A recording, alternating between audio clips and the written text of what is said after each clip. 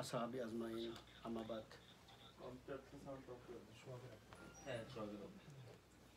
শত ব্যস্ততার মাঝে আল্লাহ সুবহানাহু ওয়া তাআলা আমাদেরকে মুসলিম উম্মাহ অফ নর্থ আমেরিকার ড্রভিল মেল ফিমেল এবং শ্যামলি মেল ফিমেল 4টি সাব চ্যাপ্টারের আয়োজনে আজকে আয়োজিত এই অনুষ্ঠানে আমরা উপস্থিত হতে পারি। প্রথমে সবাই বলি আলহামদুলিল্লাহ। আলহামদুলিল্লাহ।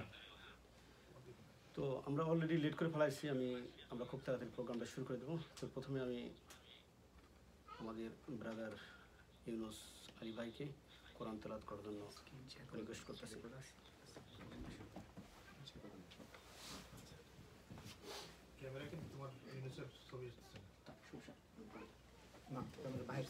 أعوذ بالله من الشيطان الرجيم.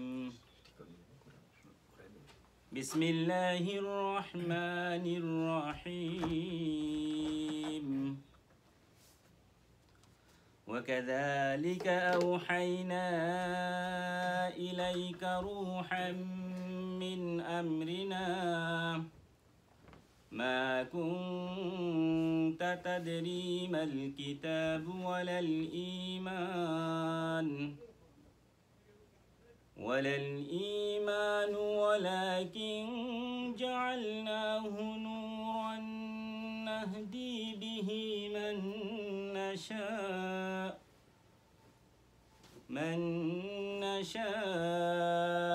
من عبادنا وإنك لتهدي إلى صراط مستقيم صراط الله الذي له ما في السماوات وما في الأرض ألا إلى الله تصير الأمور صدق الله العظيم.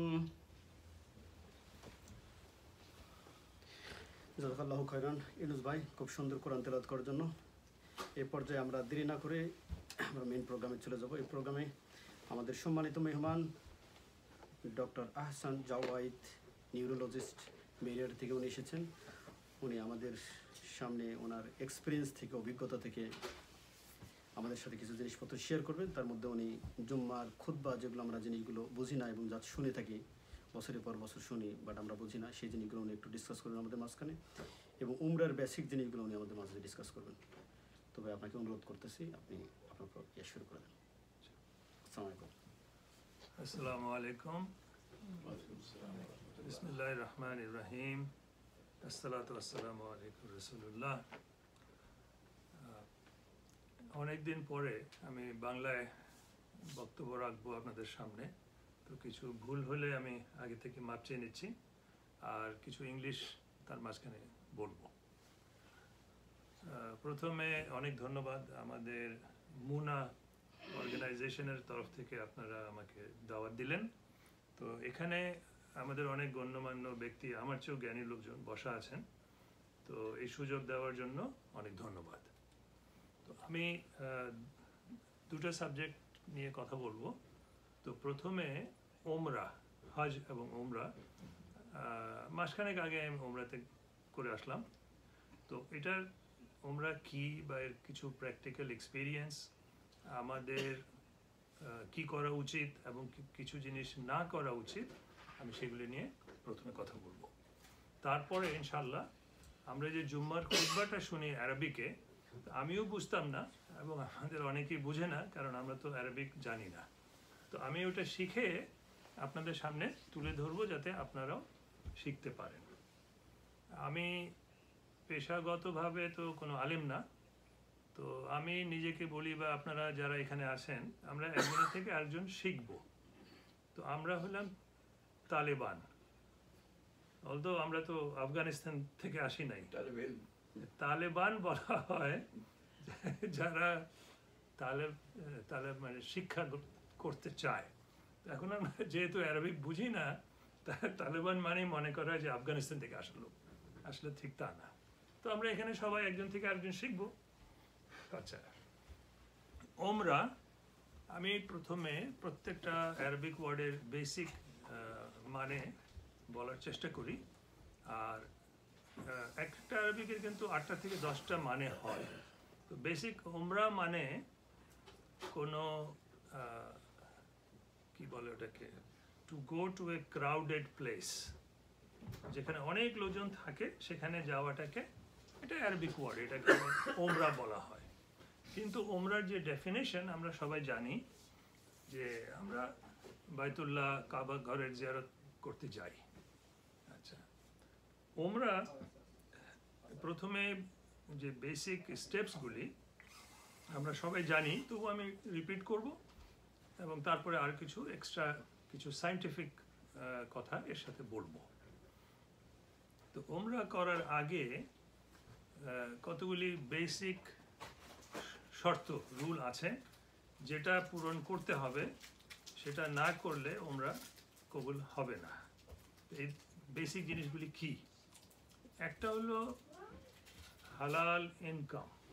আমরা যেই পয়সা খরচ করে ওমরাতে যাব সেই পয়সাটা হালালভাবে রুজি হইতে হবে।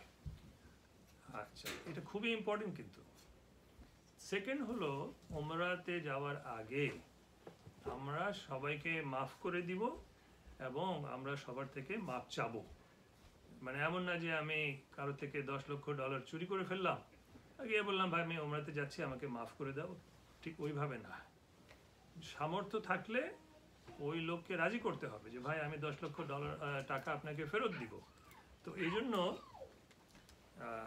এটা খুব ভালো করে বুঝতে হবে, হালাল রুজি ইনকাম, এবং যাওয়ার আগে মন পরিষ্কার থাকতে হবে যে ভাই আমি নিজের তরফ থেকে কোনো ক্ষোভ রাখবো না, বোগাস মানে প্রতিহিংসা একেবারে চলবে না ওইটা। এই দুইটা হলো শর্ত। আচ্ছা, এখন ওমরা, হজ ওমরা একই রকম, শুধু আমি ওমরা পোর্শনটা বেশি বলবো।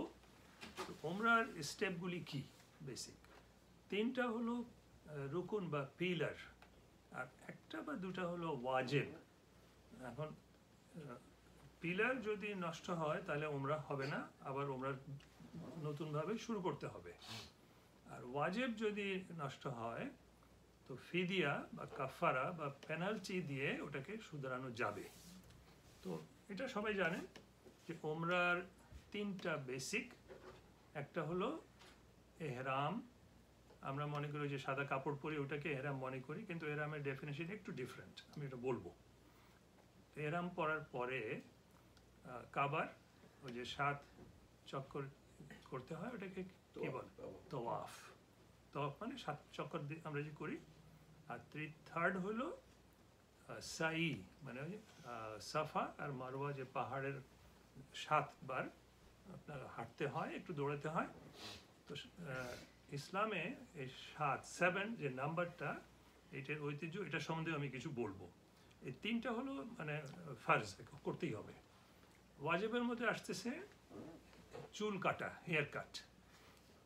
হেয়ার কাট ওয়াজিব, যদি ভুলে যায় মানুষ, দেরি হয়ে যায়, তো ফিদিয়া মানে যেমন 6টা লোককে মিসকিনকে খাওয়াতে হবে বা একটা দুম্বা বা ছাগল কোরবানি দিতে হবে। এটা হলো আপনার বেসিক ওমরার। আচ্ছা, এর সাথে আমরা যে কোনো কাজ করি প্রথমে তো নিয়ত করতে হবে। হ্যাঁ, তো ওমরার সম্বন্ধে আমরা কী করি, যেভাবেই আমরা যাই, প্লেনে যাই সাধারণত মদিনা, বা তো মেকাতটা হলো আপনার হুদুদ বা বাউন্ডারি লাইন, তার আগে নিয়ত করে আপনার ইয়ে করতে হবে, এহরাম। হ্যাঁ, আর এহরাম মানে আমরা মনে করি যে আনস্টিচড, যেখানে সেলাই করা নাই, 2টা পিস, একটা নিচে বাঁধতে হবে, একটা উপরে, পুরুষদের জন্য, আর মহিলাদের জন্য রেগুলার হিজাব। সেভাবে এহরাম মানে কিন্তু শুধু কাপড় পরা না, এই যে এরাদা করা, নিয়ত করলাম আমরা এহরাম স্টেটে চলে গেলাম। হ্যাঁ, স্টেট অফ মাইন্ড, মানে এহরামটা আমরা নিয়ত করে ফেললাম, তো আমরা তখন এহরামের স্টেট, কি বলে বাংলায় স্টেটকে? State of mind. তো সবাই বুঝে তো নাকি? বুঝে বুঝে সবাই হ্যাঁ। মন তৈরি করে নিলাম আর কি। মনটা তৈরি করে নিলাম যে আমরা উমরার নিয়ত করে আমরা এহরামের অবস্থার মধ্যে চলে গেলাম। এখন ওর পার্ট হচ্ছে ওই সাদা দুইটা কাপড় পরা। তো আমরা যে মনে করি না যে সেলাই করা কাপড় পরা যাবে না, আসলে ওইটা হলো যে কোনো কাপড় তো ওটা সেলাই করাই থাকে, যে মেশিনের মধ্যে তো সেলাই হয়, কিন্তু সেলাই করা মানে হলো যে কর্নারটা যদি সেলাই করা থাকে কোনো অসুবিধা নাই, কিন্তু ওইটাকে সেলাই করে শার্ট বা প্যান্ট ওই রূপে স্টিচ করা যাবে না, দুইটা পিস, এটা সবাই জানেন। তারপরে হলো প্রফেট সাল্লাল্লাহু আলাইহি সাল্লাম গোসল করতেন, অলদো গোসল করাটা ফরজ কিছু না, পবিত্র থাকলে গোসল না করলে চলে, কিন্তু গোসল করতে হয়। গোসল করার পরে শরীরের মধ্যে আপনি পারফিউম বা সেন্ট ইউজ করতে পারেন, কিন্তু এহরামের মধ্যে কিন্তু আর ইউজ করতে পারবেন না। আচ্ছা, আমরা মনে করি যে সাবান বা কোনো লোশন যে রেগুলার যার মধ্যে একটু খুশবু থাকে ওটা ইউজ করা যাবে না আমরা মনে করি, কিন্তু ইউজ করতে পারবেন, কারণ ওই যে সেন্ট বা আতর সামান্য যে রেগুলার যে কোনো লোশনের মধ্যে থাকে ওটা ইউজ করতে কোনো অসুবিধা নাই। এটা আমি নিজে বলতেছি না, আমি এটা বড় আলেমদের থেকে শুনে বলতেছি, এবং এটা আমি যা বলতেছি আপনারা আবার তাহকিক করে নিয়েন। কিন্তু আমি জানি যে ওই রেগুলার সাবান এগুলো ইউজ করা যাবে, কারণ ছোট জিনিস নিয়ে মানে এনার্জি নষ্ট করা ওর চেয়ে বেটার বড় জিনিস ধরাটা বেটার, ঠিক আছে? আচ্ছা, তো এখন এহরাম হয়ে গেল, তওয়াফ শুরু হবে।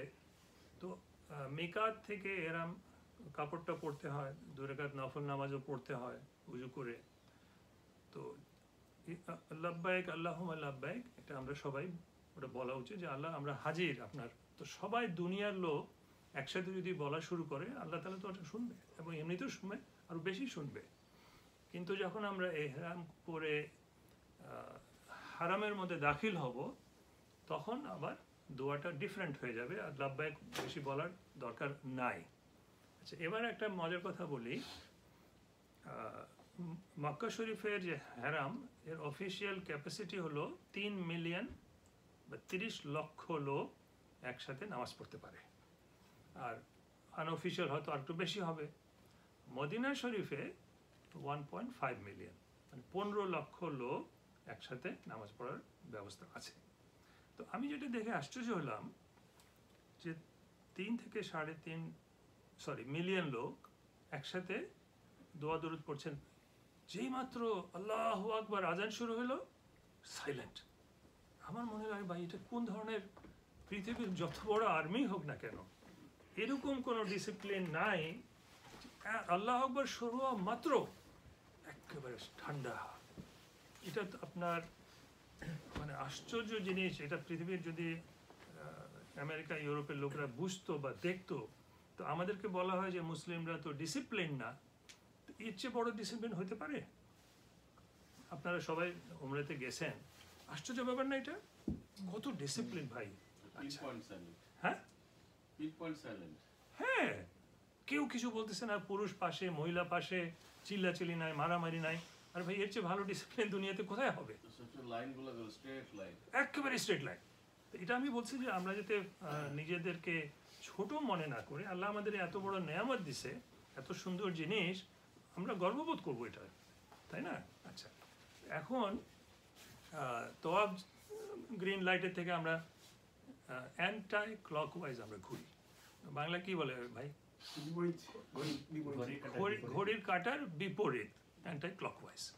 এটা কেন ঘুরি জানলে ভালো হয়, না জানলেও কোনো দরকার নেই, আল্লাহর হুকুম আমরা পালন করি, কিন্তু জানলে তো কোনো অসুবিধা নেই। আচ্ছা, তারপরে 7 চক্কর কেন করি? আল্লাহর হুকুম, কিন্তু জানলে তো ভালো হয়, আরও কেন করি? তো এই যে মনে করেন একসাথে 3 মিলিয়ন লোক যখন দোয়া করবে, আল্লাহ কি দোয়া কবুল করবেন না? অবশ্যই করবেন। আচ্ছা, এখানে মজার কথা হলো যে কি দোয়া করব। অনেকে দেখি যে একজন দোয়া পড়তেছে, সবাই ওটা আওড়াচ্ছে, কোনো দরকার নেই এরকম। শুধু একটা দোয়া রুকুনে ইব্রাহিম, সেখানে পড়তে হয় রব্বানা আতিনা ফিদ দুনিয়া হাসানাতু ওয়া ফিল আখিরাতি হাসানাতু ওয়া কিনা আযাবান নার। তো এটার মানে করার সময় নাই, এটা জেনে নিয়েন। তাছাড়া যেটা আপনার মন থেকে আসে ওইটাই হলো বেস্ট দোয়া। আপনি বাংলায় বলেন, উর্দুতে বলেন, হে আল্লাহ আমাকে রসুলের তরিকা শেখাও, আল্লাহ আমাকে এটা দাও ওইটা দাও, একেবারে মন থেকে বলতে হবে। কোনো দরকার নেই আপনার তোতা পাখির মতো কোনো অ্যারাবিক আওড়াবার না বুঝে, বুঝতে পারছেন? আচ্ছা, এগুলি আমরা বেসিক অনেকে জানি না, আমি জানতাম না, এই জন্য আমি শেয়ার করতেছি আপনাদের সাথে। তারপরে আসেন 2 রাকাত নামাজ নফল পড়তে হয়, তো এমন করেন না যে নামাজ নফল পড়তেছেন অন্য লোক রাস্তা ব্লক করে ফেললেন। এটা কমন সেন্স, অন্যের দিকে নজর দিতে হবে, যেটা যতই আমরা সব কামার চেষ্টা করি আরেকজনের দিকে নজর দিতে হবে।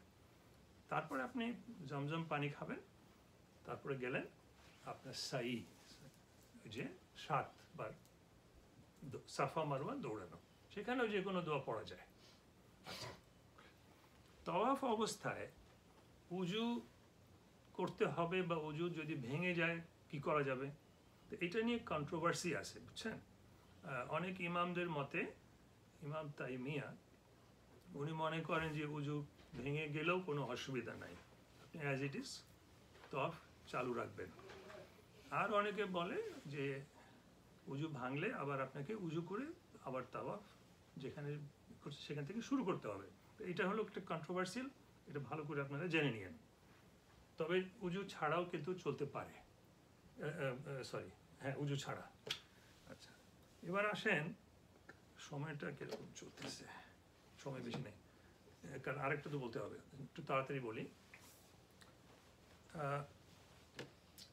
অ্যান্টি ক্লকওয়াইজ বা যে কেন আমরা ঘুরি, দেখেন আল্লাহ তাআলার প্রত্যেকটা মখলুকাত দোয়া এবং জিকির করতেছে।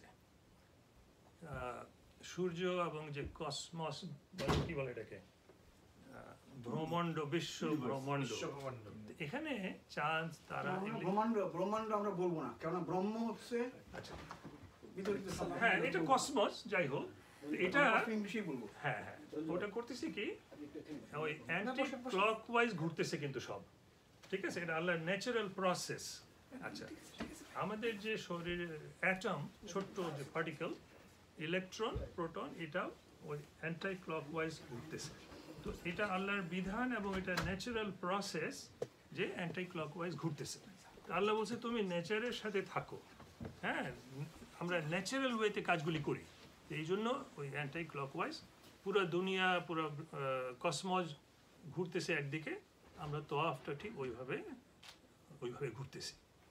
আচ্ছা, 7 বার কেন ঘুরি? ইসলামে 7 এই যে নাম্বারটার অনেক সিগনিফিকেন্স আছে। সূরা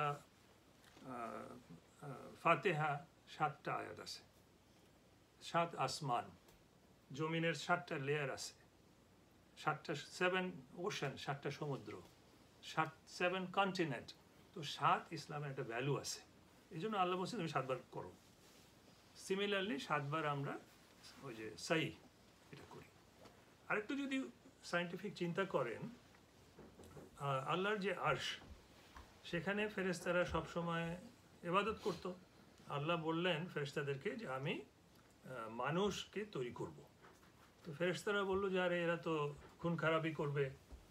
তো আল্লাহ বললেন যে যেটা আমি জানি তোমরা ওটা জানো না। তো ফেরেশতারা একটু ভয় পেয়ে গেল, তো ভয়ে আল্লাহর আরশের তওয়াফ শুরু করলো, যেভাবে আমরা 7 চক্কর মারি। তো তখন আল্লাহ আরশের নিচে ঠিক কাবার মতো রেপ্লিকা বাইতুল্লাহ ওরকম একটা বানালেন এবং ফেরেশতারা ওখানে রীতিমতো তওয়াফ করা শুরু করলো। এটাকে বলে বাইতুল মামুর, এটা কোরআন শরীফের মধ্যে আছে, সূরা তাহা, তাই না?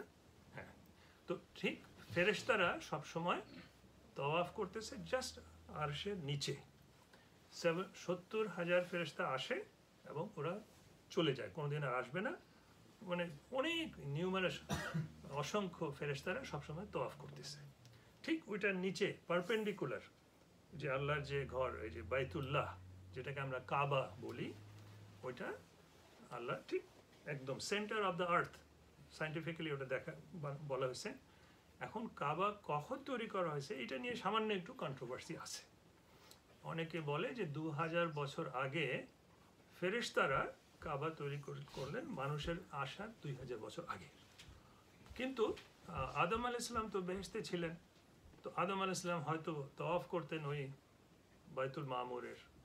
তো তখন যখন আদম আলাইহিস সালাম দুনিয়াতে আসলেন, তো উনি বললেন যে আল্লাহ আমিও তওয়াফ করার ইবাদতের জায়গা। তখন আদম আলাইহিস সালাম ওই কাবাটাকে আবার তৈরি করলেন, সেখানে আদম আলাইহিস সালাম তওয়াফ করতেন। তারপরে অনেকদিন পরে ইব্রাহিম আলাইহিস সালাম তার ছেলে ইসমাইল আলাইহিস সালামকে নিয়ে ওটাকে তামির, আবার ওটাকে রিকনস্ট্রাক্ট, ঠিক করলেন। তো সেখানে ইব্রাহিম আলাইহিস সালাম ওই যে পায়ের ছাপ আছে পাথরের মধ্যে। আচ্ছা, তো এটা হলো কাবার ইতিহাস। এখন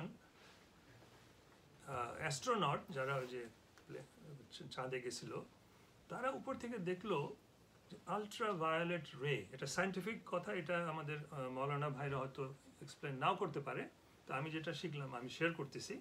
আলট্রা ভায়োলেট রে লাইট একদম উপর থেকে দেখলো, তো দেখলো যে সবচেয়ে বেশি যে আলট্রা ভায়োলেট রেটা বের হচ্ছে ওটা কাবার থেকে। এটা নিয়ে ওরা সায়েন্টিফিক্যালি খুব চিন্তা করে, এটা কী ব্যাপার? এটা সত্যি কথা। কাবার মধ্যে ইলেকট্রোম্যাগনেটিক ফোর্স আছে, তোমরা যারা সায়েন্সের আমার চেয়ে ভালো জানো।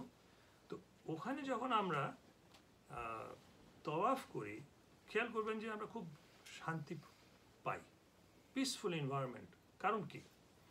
আমাদের ব্রেনের মধ্যে, যেমন আমি নিউরোলজির কিছু জানি, যে ব্রেনে সব ইলেকট্রিক্যাল অ্যাক্টিভিটিতে কাজ হয়, তখন কুবুদ্ধি যেটা ওইটাও ইলেকট্রিক।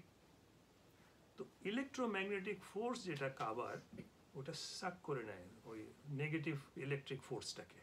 তো তখন আমরা মাথা হালকা করি, মাথা যখন মাটিতে ঠেকাই, তো ইলেকট্রোম্যাগনেটিক ফোর্সে দের ইজ অ্যান অ্যাট্রাকশন। এমনকি আমরা যখন এত দূরে কাবার দিকে করে মাথায় মাটিতে যখন করি, তো সামান্য ইলেকট্রোম্যাগনেটিক ফোর্স লং ডিস্টেন্স থেকেও কিন্তু অ্যাট্রাক্ট করে। এই জন্য আমাদের কাবার দিকে ঘুরায় কেবলা আমাদের করা হয়েছে, বুঝছেন? কত সময় আছে? আরো সময় আছে? শেষ করবো। আচ্ছা, আপনি 12 মিনিট আছে, 12 মিনিট। আচ্ছা, তো এটা এই ওমরা সম্বন্ধে কিছু বললাম। এখন কোনো কোয়েশ্চেন থাকলে জিজ্ঞেস করতে পারেন, তা না হলে আমি সেকেন্ড চ্যাপ্টারে চলে যাব। কোশ্চেন একসাথে করব। আচ্ছা, তো সেকেন্ড যেটা হলো, আমি একটু দেখেই বলি, এবং আপনারাও টেলিফোনে এটা বের করতে পারেন। আমি চাই যে আপনারাও বের করেন, টাইপ করেন জুমা, JUMA, খুতবা, KHUTBA,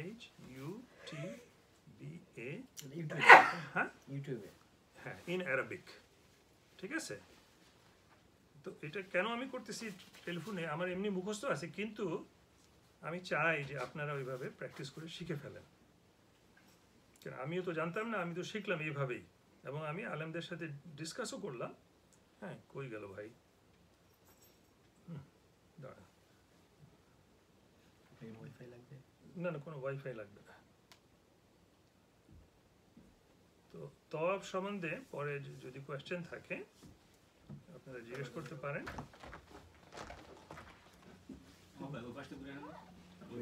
আয়াত খুঁজতেছেন? না, আমি জুমা খুতবাটা খুঁজতেছি। খুতবা তো অনেক রকম। হ্যাঁ, না আরবিকে। পিডিএফটা?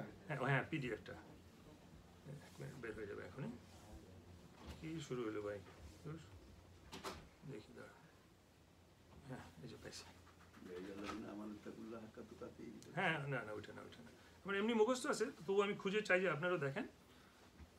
ইন্নাল হামদুলিল্লাহ নাহমাদুহু ওয়া নাস্তাইনুহু ওয়া নাস্তাগফিরুহু ওয়া নাউযু বিল্লাহি মিন শুরুরি আনফুসিনা ওয়া সাইয়্যাতি আমালিনা।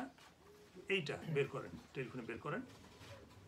এইটার মানেটা আমি বলতে চাই, কারণ আমি খেয়াল করছি যে জুম্মার সময় এটা সবচেয়ে বেশি পড়া হয়, বা কোনো অনুষ্ঠান বা বিয়ের ইয়েতে এটা পড়া হয়। এটা কিন্তু কোরআনের আয়াত না, এটা রাসূলুল্লাহর দোয়া, সবচেয়ে বেশি পড়া হয়। হ্যাঁ নজরুল ভাই? যে এটা একটা হাদিসও আছে যে তোমরা কোনো বৈঠক শুরু করার আগে এটা পড়বে। হ্যাঁ, এখন Start your meeting with right. this. এখন এটা যে আমরা কি পড়তেছি, তোতা পাখির মতো আওড়ায় গেলাম আর আমরা ঘুমায় পড়লাম, এটা তো ঠিক না, এটা বুঝতে হবে। তা আমি বহুত কষ্ট করে এটা আমি নিজে বোঝার চেষ্টা করলাম, আর আপনাদের সামনে এটা বলছি। আচ্ছা, ইন্নাল হামদুলিল্লাহ, ইন্না যখন লাগে তখন মানে ইনডিড, জোর দিয়ে বলা হচ্ছে, ফর শিওর। কি বলা হচ্ছে? ইন্নাল হামদুলিল্লাহ, সমস্ত প্রশংসা আল্লাহর জন্য। হামদ, আলহামদুলিল্লাহ। নাহমাদুহু, হামদ মানে প্রশংসা। আমি যদি বলি আহমাদুহু, তার মানে আমি একা আল্লাহর প্রশংসা করছি। নাহমাদুহু, আমরা সবাই মিলে আল্লাহর প্রশংসা করছি। ওয়া নাস্তাঈনুহু, সেম, সবাই মিলে আল্লাহর থেকে সাহায্য চাচ্ছি। ওকে। ওয়া নাস্তাগফিরহু, আমরা সবাই আল্লাহর কাছ থেকে আস্তাগফার কি মাফ চাচ্ছি, যে আল্লাহ আমাদের ক্ষমা করো, সবাই মিলে।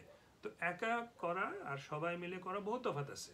কারণ এটা আল্লাহ আমাদের বোনাস দিয়েছেন যে আমরা সবাই যদি আল্লাহর কাছে তওবা করি, একজনের তওবা কবুল যদি হয়, তো বোনাস হিসাবে আল্লাহ সবার তওবা কবুল করবেন। কি ভাই, ঠিক বললাম? তো আমরা এই সুযোগটা নেওয়া উচিত। এই জন্য এই যে জামাতে আমরা যে কথা শুনছি, এটা অনেক সিগনিফিক্যান্স, অনেক লাভবান। ওকে, এরপরে আসেন ওয়া নাউযু বিল্লাহ। আউযু বিল্লাহ আমরা বলি, মানেটা কি? আমরা আশ্রয় প্রার্থনা করি, উই সিক রিফিউজ। ঠিক আছে, নাউযু বিল্লাহ, আমরা সবাই মিলে উই সিক রিফিউজ। এটা আমি আমার স্টাইলে বলি যে যদি মনে করেন যে আফগানিস্তান বা সিরিয়াতে লোকজন খুব বিপদে আছে, তো ওরা অ্যাসাইলাম নেয়। আমেরিকা আসে না অ্যাসাইলাম, কত খুশি হয় ওরা, আরে আমেরিকার অ্যাসাইলাম পেয়ে গেলাম তো বিরাট ব্যাপার। এখন যদি আল্লাহর অ্যাসাইলাম আমরা পাই, এর চেয়ে বড় জিনিস হতে পারে? এটা অ্যাকচুয়ালি নাউজুবিল্লাহ মানে উই সিক অ্যাসাইলাম ইন আল্লাহ। তা আল্লাহর চেয়ে বড় অ্যাসাইলাম কেউ দিতে, মানে কোনো ভালো জিনিস পাবেন? চিন্তা করেন কত মানে দামি কথা বলা হচ্ছে। আচ্ছা, এখন অ্যাসাইলামটা কোথা থেকে, কিসের থেকে চাচ্ছি আমরা? মেন মিনস ফ্রম শুরুর মানে খারাপ জিনিস, সারারাত শুরুর আনফুসেনা, আমার মধ্যে যে ইভিল যে খারাপি জিনিসটা আছে নাফস, সেটার থেকে আমি আল্লাহর আশ্রয় চাচ্ছি, আল্লাহর কাছে অ্যাসাইলাম চাচ্ছি। ওয়ামান সাইয়াতে আমালেনা, এখন যে ইভিল থট আমাদের ওয়াসওয়াসা, এইটা যদি আমালের মধ্যে, হ্যাঁ আসেন এইটা ভালো করে শোনেন। একটা হলো যে আমাদের ইভিল থট, চিন্তা, ওই থটটা যদি সাইয়াতে আমালিনা, যে শয়তানি ইভিল আমাল কাজ হয়ে যায়, ওইটার থেকে আমি আল্লাহর প্রার্থনা করছি যে আল্লাহ আমাকে রক্ষা করো। তো এখন দেখেন কত সুন্দর কথা, সবাই মিলে প্রথমে কি করলাম? আল্লাহর প্রশংসা করলাম, আল্লাহর থেকে সাহায্য চাইলাম, আল্লাহর থেকে মাপ চাইলাম, মাগফিরাত। তারপরে সবাই মিলে বললাম যে আল্লাহ আমাদের যে ইভিল থট, চিন্তা এবং ইভিল আমাল, এইটার থেকেও আমাদের আশ্রয় দাও, রক্ষা করো। ঠিক আছে, সাইয়াতে আমালিনা। আচ্ছা, এখন যদি আমরা সবাই আল্লাহর থেকে মাপ চাই, সবাই দোয়া করি, আল্লাহ কি করবে? আল্লাহ বসে আছে দেওয়ার জন্য, নাকি? আমাদের মধ্যে তো আল্লাহ না যে ভাই $2000 আমাকে দেন, আপনার $2 মিলিয়ন পকেটে আছে, বল না ভাই আমার পয়সা নাই। তো আল্লাহ তো ওই কাজ করে না। আল্লাহকে বললে আল্লাহ সাথে সাথে দেওয়ার জন্য রেডি। কি বলতেছে আল্লাহ এখানে দেখেন, মান ইয়াহদিল্লাহ ফালা মুদিল্লাহ। মান মানে হলো হু এভার, আর মিন মানে হলো ফ্রম। ঠিক আছে, মান ইয়াহদিল্লাহ, যেই আল্লাহ থেকে চাবে আল্লাহ তাকে হেদায়েত দিয়ে দিবে। ইয়াহদিল্লাহ মানে হেদায়েত থেকে ইয়াহদিল্লাহ, কত বিউটিফুল জিনিস। আমি বললাম এই বলো আমার একটু 500 টাকা দাও, দাদা যাও দুই পয়সা দাও। আল্লাহকে যদি বলেন সবাই মিলে, আল্লাহ বলতেছে প্রমিস, হ্যাঁ, যে লোক চাবে ইয়াহদিল্লাহ, আল্লাহ হেদায়েত দিয়ে দিবে। আর কি হবে যদি না চাই, তাহলে কি হবে? দিবে আল্লাহ, দিতে পারে, কিন্তু যদি আমরা না চাই তো কি হবে? তাহলে দেখেন আল্লাহ আবার এদিকে বলতেছে মান ইয়াহদিল্লাহ ফালা মুদিল্লা লাহু, আল্লাহ তোমাকে হেদায়েত দিয়ে দিবে, আর কেউ তোমাকে পথভ্রষ্ট করতে পারবে না। এটা আল্লাহর ওয়াদা। সুন্দর জিনিস না? আচ্ছা, উল্টাটা কি হবে? যে আমরা যদি না চাই, তখন মান ইউদলিল্লাহু ফালা হাদিয়া লাহ, তো আল্লাহ এমনভাবে গোমরাহ করে দিবে যে আর কেউ হেদায়েত দিতেই পারবে না।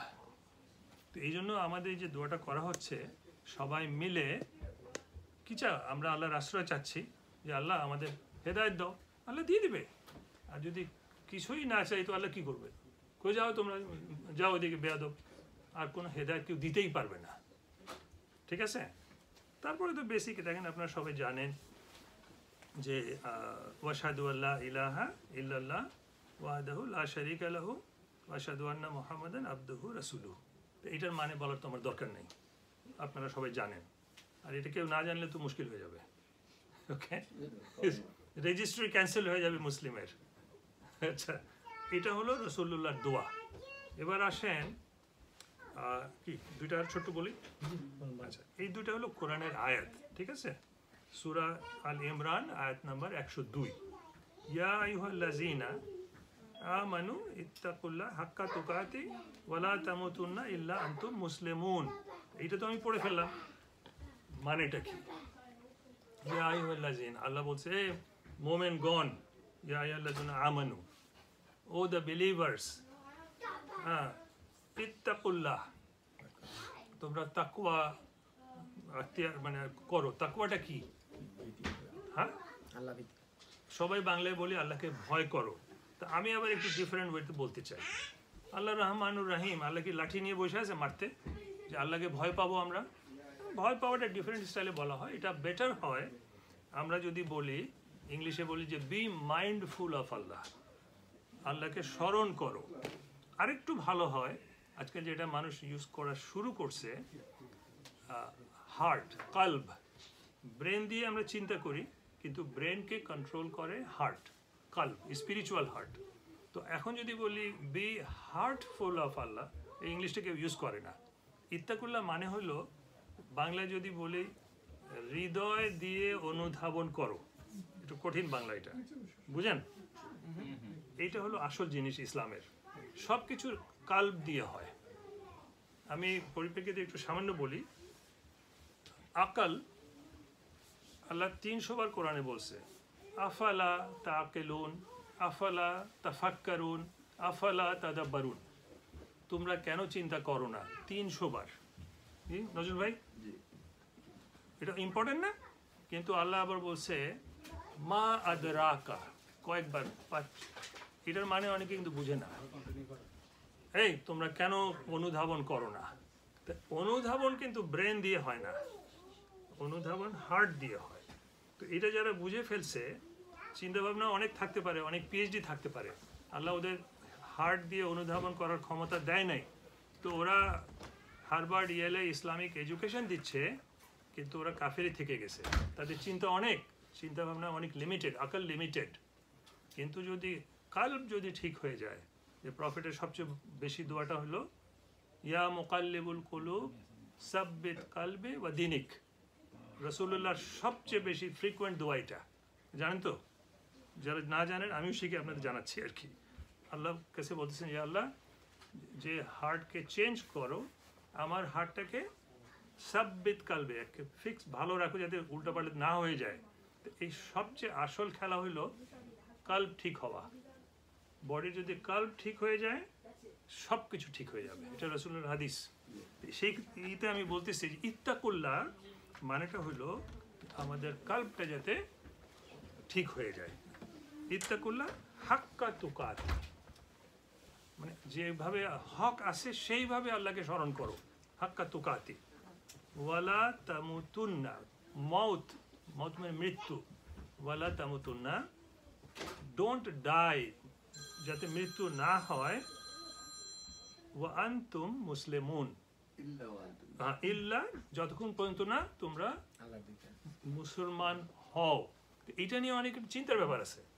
আমি নিজে মনে করতাম খ্রিস্টানদের মধ্যে যেমন ব্যাপটিস্ট, ওরা বলে যতক্ষণ তুমি ব্যাপটিস্ট হবে না বেহেশতে যেতে পারবা না।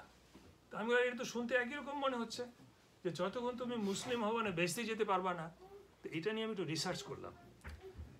ইসলাম এর মানে হলো টোটাল সাবমিশন টু গড, আল্লাহর কাছে পুরাপুরি নিজেকে ছেড়ে দেওয়া, সমর্পণ করা। এখন আত্মসমর্পণ শুনতে একটু ভালো লাগে না? আল্লাহ তো আর আত্মসমর্পণ করার জন্য বসে নাই। আল্লাহ বলছে তুমি মাইন্ডফুল থাকো, মন থেকে আমাকে মানো। তো যে মন থেকে আল্লাহকে মানবে সে ইসলামের মধ্যে চলে আসলো, আর যে ইসলাম ফলো করো সে মুসলিম। এখন হ্যারিস, রিচার্ড, যে সত্যি সত্যি মন থেকে আল্লাহকে মানতেছে, তাওহীদ, she is Muslim by definition. আর যারা আল্লাহকে মানবে, আল্লাহর কিতাবকে মানবে এবং রাসূলুল্লাহকে মানবে, অটোমেটিক লা ইলাহা ইল্লাল্লাহ হয়ে গেল তার। তো এইটা ঠিক না যে সৌদি আরবের লোকই খালি মুসলিম বা ইন্ডিয়ান লোক মুসলিম, বা আমরা মোহাম্মদ নাম রেখে দুনিয়ার কুকাম করতেছি, ওটাই মুসলিম, আল্লাহ জানে আল্লাহ। কিন্তু মুসলিম মানে যারা মন থেকে আল্লাহকে মানে, সেটাই বলা হচ্ছে যে তোমরা আল্লাহকে মন থেকে মানো এবং তার আগে যাতে মৃত্যু না হয়। নেক্সট আয়াত আসতেছে, টাইম ঠিক আছে? হ্যাঁ, আচ্ছা, সে ছোট। ইয়া আইয়ুহাল্লাযীনা আমানু, ও দ্য বিলিভার্স, একই জিনিস, ইত্তাকুল্লাহ, তোমরা তাকওয়া হাসিল করো, ওয়া কুলু, বলো, কাউলান সাদিদা, স্ট্রেট কাট কথা বলো, সত্য কথা বলো। কিরকম? এটা আনফর্চুনেট যে আমরা মিষ্টি কথা বলে কিছু মুনাফিকি ডিপ্লোমেসি যেটাকে বলা হয়, ওসব চলবে না ভাই। স্ট্রেট কথা বলতে হবে, মনে কষ্ট দিবেন না, কিন্তু কথা সোজা হবে এবং সত্য হবে, যেটা আনফর্চুনেটলি আমাদের সমাজ থেকে সরে যাচ্ছে। হ্যাঁ, কুলু কাউলান সাদিদা। তো যদি আমরা সত্য কথা বলি কি হবে দেখেন, ইউসলেহ লুকুম আমালুকুম, ইসলাম মানে ঠিক করে দিবে আল্লাহ, সংশোধন করে দিবে আল্লাহ, আমালুকুম, তোমার কাজকে। তো আমাদের কাজ হলো কি, আমরা সত্য কথা বলবো এবং ঠিকঠাক স্ট্রেট কথা বলবো। আল্লাহ কখন কি করবে, আমাদের যে আমাল, যে আমাদের যে কাজ, ওটাকে আল্লাহ ঠিক করে দিবে। ভালো কথা না এটা? তো এই যে সুন্দর দোয়াগুলি কোরআনের মধ্যে আসে, বা আমরা যখন এটা শুনি না বা এটা বুঝি না, এটা কত দুঃখের ব্যাপার। তো আমি এই জন্য ইচ্ছা করে একটু বানায় টানায় বলতেছি, যাতে আপনার মাথার মধ্যে, হ্যাঁ, আমি তুফানের মতো তোতার মতো বলে গেলে তো লাভ হবে না। তো এই জন্য আমি যেটা শিখলাম আমি শেয়ার করতেছি আপনাদের সাথে। আচ্ছা, সোফার এটা আরেকটা আছে, বলবো নাকি সময় নাই? লাস্টে যেটা বলা হয়, আচ্ছা 5 মিনিটে বলে ফেলি। হ্যাঁ, আচ্ছা দেখেন, এটা আমি যতটুকু জানি, আমি নজরুল ভাই ঠিক করে দিতে পারেন যদি ইয়ে হয়, আমরা জুম্মার নামাজ তো 2 রাকাত পড়ি, জোহরের নামাজটা হলো 4 রাকাত। খুতবাটা যে আরবিকে বলা হয় ওইটা 2 রাকাত নামাজের সমান হয় নাকি ভাই? এরকমই তো বলা হয় না? তো এই জন্য শেষের দিকে কিন্তু যেভাবে আমরা আরবিকে যেটা পড়ি, খুতবাটাও আরবিকেই শুনতে হবে, ওইটা ট্রান্সলেট করে দিলে হবে না। তো এই জন্য এখন অরিজিনালি যেটা বলা হয়, কি হলো ভাই, বের করে এটা দাঁড়ান। তো এটা হলো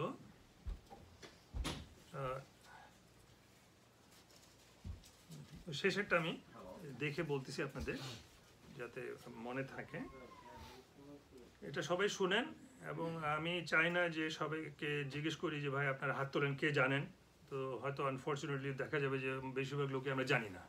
হ্যাঁ, তো এই জন্য আপনি নিজেকে জিজ্ঞেস করেন আমরা জানি কি জানি না। কোথায় গেল রে বাবা? ঠিক আছে, আমি এমনি মনে আছে আমি বলি। ইবাদুল্লাহ, আল্লাহ বলছে যে ও মাই ইবাদুল্লাহ, সার্ভেন্ট বলতে আমার একটু দুঃখ হয়, কারণ আল্লাহ আমাদেরকে অ্যাম্বাসেডর হিসাবে বানাইছে। হ্যাঁ, স্লেভ হিসাবে তো বানায় নাই, অলদো এটা আমরা ট্রান্সলেট করি। তো Allah has made us as a ambassador, খালিফা। ঠিক আছে, সার্ভেন্টটা একটু ডিফারেন্ট যেহেতু বলা হয়। ইবাদুল্লাহ, আল্লাহ কি বলছে? ইয়া আমরু, হুকুম করতেছে, ইয়া আমরু, ইয়া আমরু। তো হুকুম যদি করি, এদিক করো ওদিক করো, আল্লাহর হুকুম যদি, how strong it should be, শোনা উচিত কিনা? আল্লাহ কি হুকুম করতেছে? 3টা জিনিস, ইয়া আমরু আল আদলে ওয়াল ইহসান ওয়া ইতা জিল কুরবা। 3টা জিনিস কি? জাস্টিস, আদল। জাস্টিস বাংলা কি বলে ভাই? ন্যায় বিচার। এটা বারবার বলা আছে সূরা নিসাতে, 135 নম্বর আছে, কুনু কাওয়ামুনা বিল কিসত, মানে একেবারে 24 ঘন্টা রেডি দাঁড়ায় থাকো যে জাস্টিস করবা, কোনো নড়চড়া হবে না। নাম্বার 1। জাস্টিসের পরেই আসতেছে এহসান। এহসানের অনেকগুলি মানে আছে। একটা মানে হলো আনকন্ডিশনাল লাভ ফর আল্লাহ, আর ভালো কাজ করা। এখন জাস্টিসের পরে এহসান কেন আসলো? এখন মনে করেন আমাদের মুরব্বী ভাই নজরুল ভাই, বললাম নজরুল ভাই আমাকে $1000 ধার দেন। তো বলে ঠিক আছে, 3 মাস পরে আমাকে ফেরত দিতে হবে। আমি লিখে ফেললাম, 3 মাস পরে আমার পয়সা নাই। নজরুল ভাই বলতে পারবে এবার তো তোমাকে আমি কোর্টে নিয়ে যাব, এটা হলো জাস্টিস। কিন্তু আল্লাহ বলছে এহসান, নজরুল ভাই বলতে পারে যে না ঠিক আছে তুমি ভালো মানুষ, তা আমি আরো 2 মাস তোমাকে এক্সটেন্ড করে দিলাম। এইটাকে বলা হয় এহসান। তো ইসলামে কিন্তু জাস্টিস ইম্পর্টেন্ট, এর চেয়েও ভালো হলো যদি এহসান করতে পারেন, মাফ করতে পারেন, টাকাটা পরে নিলেন। তো এই জন্য জাস্টিসের সাথে সাথে এহসান চলে আসতেছে। 3 নাম্বার হলো ওইটাই যে করবা। ইতা জেল কোরবা। কোরবা উর্দুতে বলে কারিব, নিকট। ইতা মানে টু গিভ, নিজের যে আত্মীয় স্বজন তাকে হেল্প করতে হবে। মানে আমরা এখানে বসে আছি, এখন বাংলাদেশে মনে করেন ভূমিকম্প আসলো, এটা আসলো, আমাদের ভাই বোন না খেয়ে থাকতেছে, ওটা হবে না। You have to give them. আত্মীয় স্বজনকে ভোলাই যাবে না, ঠিক আছে? তো 3টা জিনিস, জাস্টিস, এহসান, ইতাজিল কুরবা, নিজের আত্মীয়কে দিতে হবে, এটা আল্লাহর হুকুম। আদল আমর, আমর মানে আর্মিতে অর্ডার দেয় না, right turn left turn, order শুনতে হবে। তারপরে ইয়ানহা, আল্লাহ বলছে ডোন্ট ডু ইট, প্রিভেন্টিং, হ্যাঁ প্রিভেন্টিং ফ্রম, বলছে আল্লাহ করবা, এটা করতে পারবা না। ইম্পর্টেন্ট জিনিস এটা কি, 3টা জিনিস করবা না, আনিল ফাহিশা ওয়াল মুনকার ওয়াল বাগি, 3টা জিনিস। আনিল ফাহিশা, এটা একটা মজার ব্যাপার, ফাহিশা মানে হলো একটা লজ্জাস্কর ব্যাপার, শ্লীলতা, অশ্লীল ব্যাপার, ঠিক আছে? অ্যান্ড অশ্লীলের আবার গ্রেডেশন আছে। মানে আমেরিকাতে আপনার গে, লেসবিয়ান বা বিয়ে না করে বাচ্চা হয়ে যাওয়া, এগুলি এদের জন্য ঠিক আছে, আমাদের জন্য তো বিরাট খারাপ কাজ। ওয়াল ফাহিশা, শারামনাক, লজ্জার কাজ করবা না। ওয়াল ফাহিশা ওয়াল মুনকার, মুনকার মানে যে কোনো খারাপ কাজ, চুরি করা, হাত করা, গালি দেওয়া, এটা হোয়াট এভার ইট ইজ, যে কোনো খারাপ কাজ করবা না। ওয়াল বাগি, উর্দুতে বলে বাগাওয়াত, বিদ্রোহী, বিদ্রোহী, ডিসওবিডিয়েন্ট। আল্লাহ বলছে দেখো লজ্জাস্কর কাজ করবা না, কোনো খারাপ কাজ করবা না, এবং আল্লাহর সাথে বিদ্রোহ করবা না। 3টা জিনিস মানা হয়ে গেল। তারপর কিছু লাআল্লাকুম ইয়াজুকুম তাযাক্কারুন, লাআল্লাকুম ইয়াজুকুম মানে এটা রিপিট করা হচ্ছে যে পারহ্যাপস, বাংলায় কি হলো, আশা করা যায়, আশা করা যায়, পারহ্যাপস, এই যে বলা হলো এটা, এটা আল্লাহ অ্যাডভাইস করতেছে, এক্সপেক্ট করতেছে, আল্লাহ অ্যাডভাইস, হ্যাঁ অ্যাডভাইস বাংলায় কি বলতেছেন, উপদেশ দিচ্ছে। দেখুন প্রথমে হুকুম করতেছে, তারপরে মানা করতেছে, 3টা জিনিস। এখানে আবার উপদেশ ওয়াজ দিচ্ছে, করতেছে, বাংলা বুঝে সবাই, বাংলায় বলে ওয়াজ করতেছে আল্লাহ, হ্যাঁ ওয়াজ, আল্লাহ বলতেছে এই যে দেখো তোমাকে যে বললাম 3টা জিনিস করবা, 3টা জিনিস করবা না, এটা ওয়াজ করে বলছে, এটা শিখো, এটা বুঝো, লাআল্লাকুম তাযাক্কারুন, এটা জিকির, বারবার এটা চিন্তা করে বুঝে নাও। তো এটা হলো, আরো একটু পার্ট আছে, এটা সময় কম।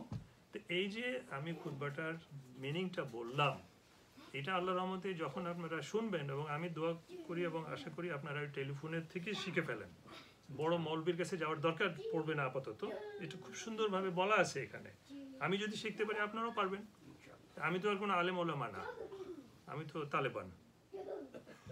তালেবান না, আপনার তালেবে ইলম, তালেবে ইলম, তালেবান, আরে ওইটা কি, সবাই প্রবলেম করে গেছে, আমরা উই ডোন্ট নো টেক, আচ্ছা ঠিক আছে, তালেবে ইলম, তালেবে ইলম ওইটাকে তালেবান বলা হয়, বাংলাদেশ শিক্ষার্থী, হ্যাঁ।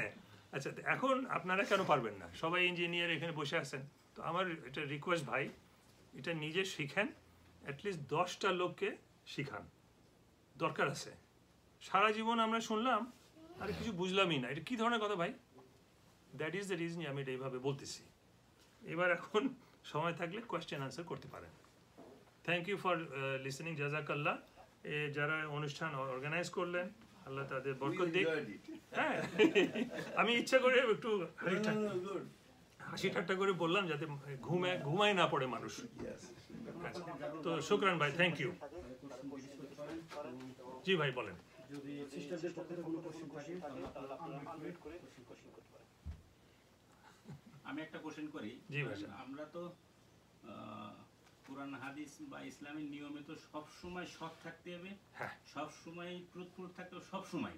অবশ্যই। কিন্তু ধরেন হজে যাওয়ার আগে আমার আগে কেন ফ্রেশ হতে হবে, বেশি করে ফ্রেশ হতে হবে? আচ্ছা দেখেন, হজে না আল্লাহ তাআলা বলতেছে শুনলো যে তোমরা বারবার উমরাতে যাও, হ্যাঁ আমরা যতই গুনাহ করি, আসমান পর্যন্ত ঠেকে যাক গুনাহ, যখন আমরা হজ বা উমরা করি আল্লাহ গুনাহ মাফ করেন, কিন্তু কবিরা গুনাহ মাফ হবে না আনটিল ইউ ডু তওবা। তো এখন আমরা তো সবসময় অনেস্ট থাকবো, এটা তো বলার তো অপেক্ষা রাখে না, কিন্তু যখন আমরা ওমরাতে যাচ্ছি, হ্যাঁ আমরা তো যাচ্ছি খুবই একটা ভালো মন নিয়ে, তো ওটার কন্ডিশনটা মানতে হবে। হ্যাঁ, সবসময় হালাল ইনকাম তো করতেই হবে, কিন্তু ওই সময় আপনি মাপ চাচ্ছেন, একদম মন পবিত্র করে যাচ্ছেন, এই জন্য এটা বলা হয়েছে। যদি খোদা না খাস্তা আবার ভুল করে ফেলি, আল্লাহ কোনোদিন বলে নাই যে আপনার একবারই খালি মাফ করবো আর করবো না। আমাদের ইচ্ছা হবে যে আমরা যদি ভুল না করি, ওই ইচ্ছা নিয়েই তো যাচ্ছি। খোদা না খাস্তা যদি আবার ভুল করে ফেলি, ঠিক আছে। এই জন্য এই শর্তটা খুব ইম্পর্টেন্ট যে হালাল ইনকাম, নাকি ঠিক হলো? আপনি চাইলে আমি আল্লাহ বলতে পারি। হ্যাঁ অবশ্যই। আসলে এটা রিলেটেড টু এ হাদিস, হ্যাঁ যে হাদিসটাতে বলা হচ্ছে যে অনেক মানুষ হজ উমরা করতে যায় হাত তোলে যে আল্লাহ তুমি আমায় মাফ করে দাও, ফেরেশতারা জবাব দেয় তোর আবার মাফ কিসে, তোর পেটের খাবার হারাম, তোর পরনের কাপড় হারাম, তোর আসার রাস্তার জার্নির হারাম, সবকিছু হারাম, আর তুই আমার কাছে এসে মাফ চাইতেছিস। এই জন্য যে এইটার সাথে রিলেটেড ওই হাদিসটা, এই জন্য এখানে স্পেশালি আপনি বলছেন এটা খুবই ইম্পর্টেন্ট ভাই। দেখেন আমি নেগেটিভ কথা বলতে চাই না, তো বলবো জানি সালে এই ডাক্তার তো গিবত শুরু করে দিল। আমার চোখে পানি চলে আসছে যখন আমি হোটেলগুলিতে ছিলাম, 100টা হোটেল প্রায়, সবাই ওখানে থাকে। আরে ভাই তওয়াফ করতেছো, খাওয়ার জন্য পাগল হয়ে গেছে লোকজন। এবং সবচেয়ে খারাপ লাগলো যে খাবার নিয়ে অর্ধেক ফেলে দিচ্ছে। আমি তো আসলে কানতে ইচ্ছা করলো আমার। আরে ভাই আমরা আল্লাহর জায়গায় আসছি, এই খাওয়ার জন্য পাগল হয়ে গেছি এখানে। হ্যাঁ, রাসূলুল্লাহ সাল্লাল্লাহু আলাইহি ওয়াসাল্লাম 3 দিন পর্যন্ত না খেয়ে ওনারা থাকতেন। একবার 60 ডেজ না খেয়েছিলেন। কি খাইছিলেন? খেজুর আর পানি। 60 ডেজ একটা খেজুর একটা পানি। আরে আমরা মুসলিম, ওখানে খাওয়ার জন্য পাগল হয়ে গেছি। তো কোনভাবে কিভাবে রাসূলুল্লাহকে ফলো করতেছি আমরা? এটা চিন্তার ব্যাপার আছে ভাই। আমি বেশি নেগেটিভ কথা বলতে চাই না। হজে গিয়েও মানুষ ডিসিপ্লিন মানতে চায় না, বা মসজিদেও আমরা ডিসিপ্লিন, ইসলামের নামই তো ডিসিপ্লিন। আমাদের প্রথমেই তো শুরু হলো যে আল্লাহ আকবার বলা মাত্রই তো সব ঠান্ডা হয়ে গেল। তো ওই ডিসিপ্লিনটা কাওয়ামুনা সবসময় মানতে হবে।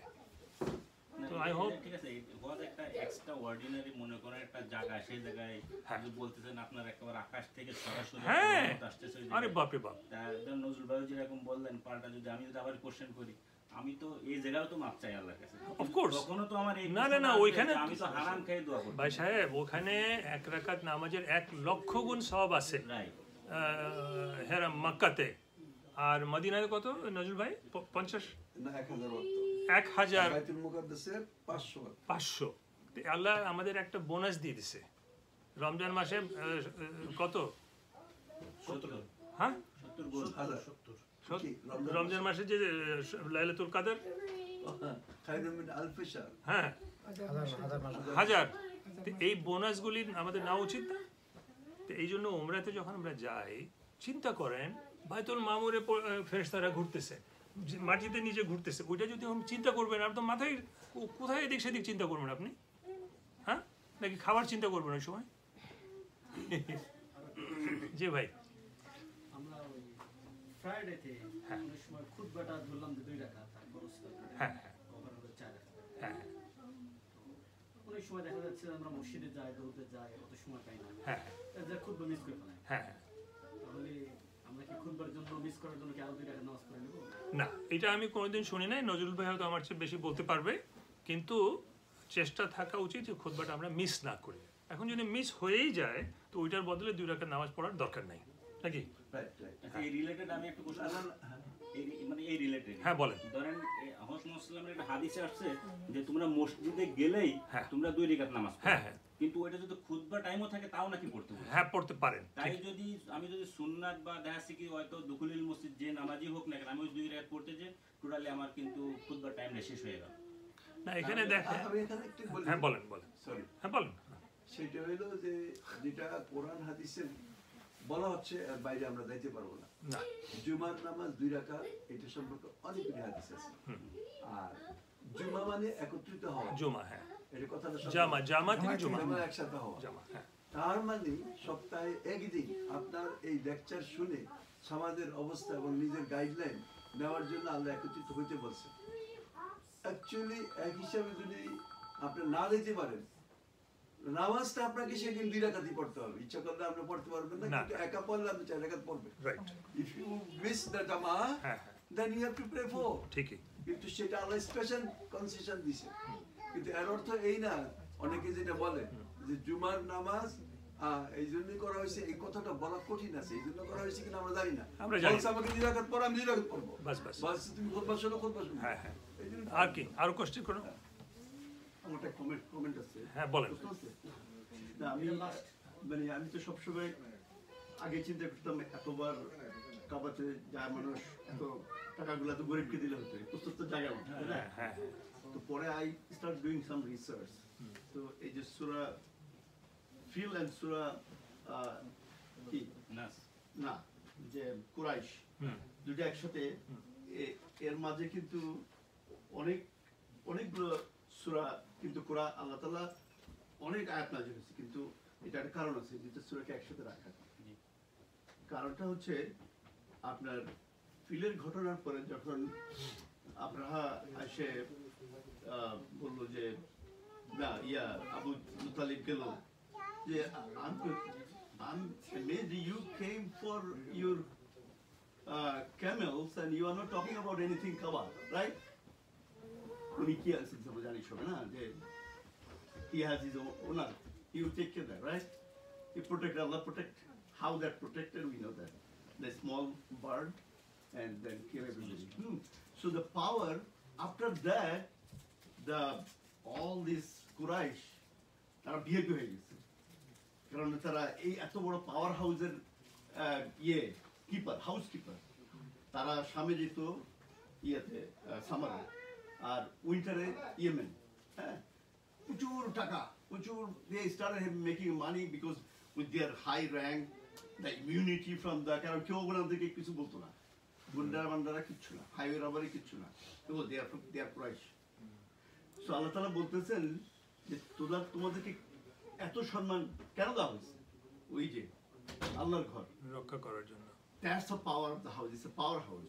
এটা পাওয়ার বললাম না, অনেক ভাবে বলা যায়। বারবার যাওয়াটা is made. আল্লাহর ঘর একটা সিম্বল বানানো হয়েছে, এটা ঘর না, এটা তো ওই যে বাইতুল মামুরের রেপ্লিকা, সাধারণ কথা মনে করছেন তাহলে?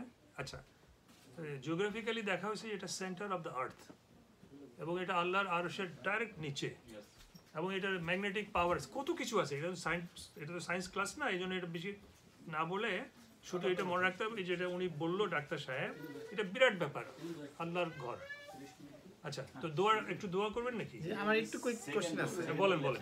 আমার কোশ্চেনটা হচ্ছে যে যারা সৌদিতে মক্কায় মদিনায় আছে, তারা বা ওই এলাকায় আছে ওই বন্ডে, তারা তো বেশি সুবিধা পাচ্ছে, মক্কায় মাঝে মাঝে নামাজ পড়ে জন্মগ্রহণ করছে। তা আমরা সেই তুলনায় হজ যেতে পারেন না তো সবসময়, আপনি প্রতি বছর হজ যেতে পারবেন না, উমরাতে যাচ্ছে। ওরা একটা সময় উমরাও করতে পারবেন আপনি, কিন্তু হজে যেতে পারবেন না। আমি বলছি তাহলে আমরা আমাদের হজে যেতে গেলে আপনাদের আলাদা পারমিশন দিতে হবে। যে আমরা যে গরিব দেশে জন্মগ্রহণ করছি, বাংলাদেশের কথা বলছি, বা আমরা যারা মক্কার বাইরে যাদের অনেক খরচ লাগে, আমরা ডিপ্রাইভ হচ্ছে, যেতে পারতেছি না, তাদের কম্পেনসেশন। এটা দেখেন, উত্তর আমি নিজেও জানি না, কিন্তু আমি কমন সেন্স থেকে যেটা বলবো, যে আল্লাহর যেটা ইচ্ছা, আল্লাহ যেটা করেন ওটা আমাদের মেনে নিতে হবে। যে আল্লাহ আমাকে পুরুষ কেন বানাইলো কোনো কোয়েশ্চেন করা যাবে না।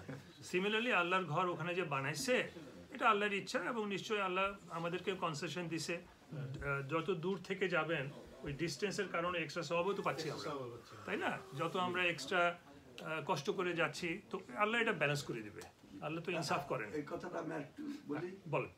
কিছু মনে করেন না না, কেন মনে? ওনারকে বলতেছি। হ্যাঁ, সেটা হইলো যে আল্লাহ রাব্বুল আলামিন আপনার হৃদয় দেখে, অন্তর দেখে।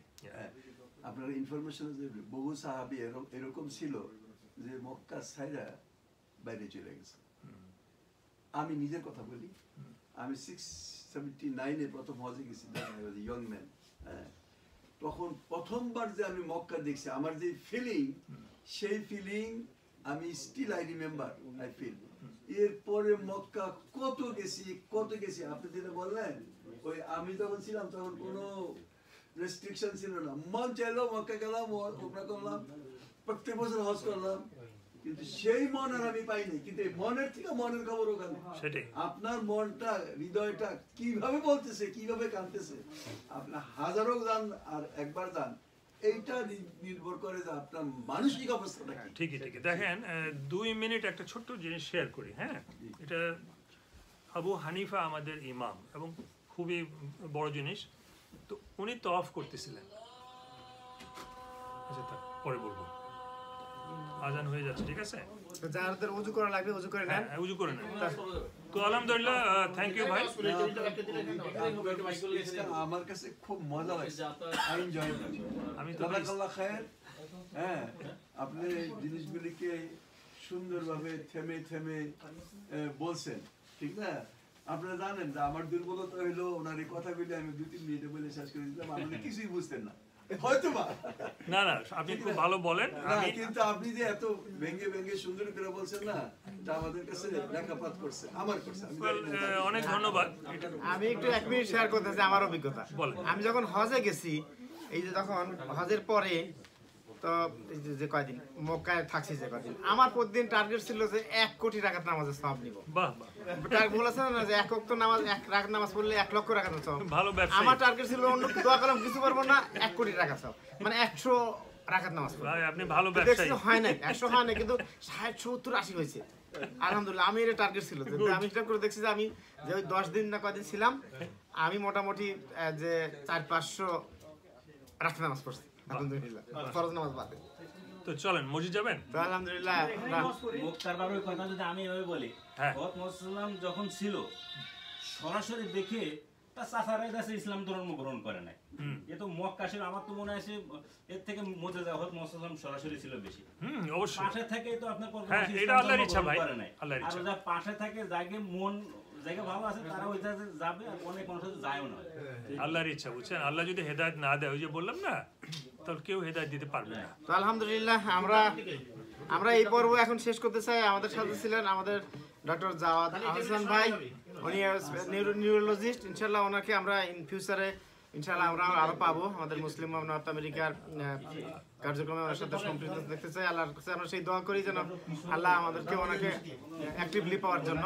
তো নামাজের পরে আমাদের দ্বিতীয় সেশন হবে ইনশাল্লাহ, সেখানে সবাই জয়েন করবেন। এখন নামাজের বিরতি আমরা। থ্যাংক ইউ, ধন্যবাদ। আসসালামু আলাইকুম। বদরুল ভাই আমাদের অ্যাসোসিয়েট মেম্বার, মামা মারা গেছে আজকে, আমরা সবাই দোয়া করব ইনশাআল্লাহ। আজকে মারা গেছে। আল্লাহ মাফ করুন। আমি জানো আল্লাহ। আপনার এখানে থাকে? আমি এখন আরেকটি কেসকে বাইর করবো নাকি? আপনাকে দেখাতে দেন।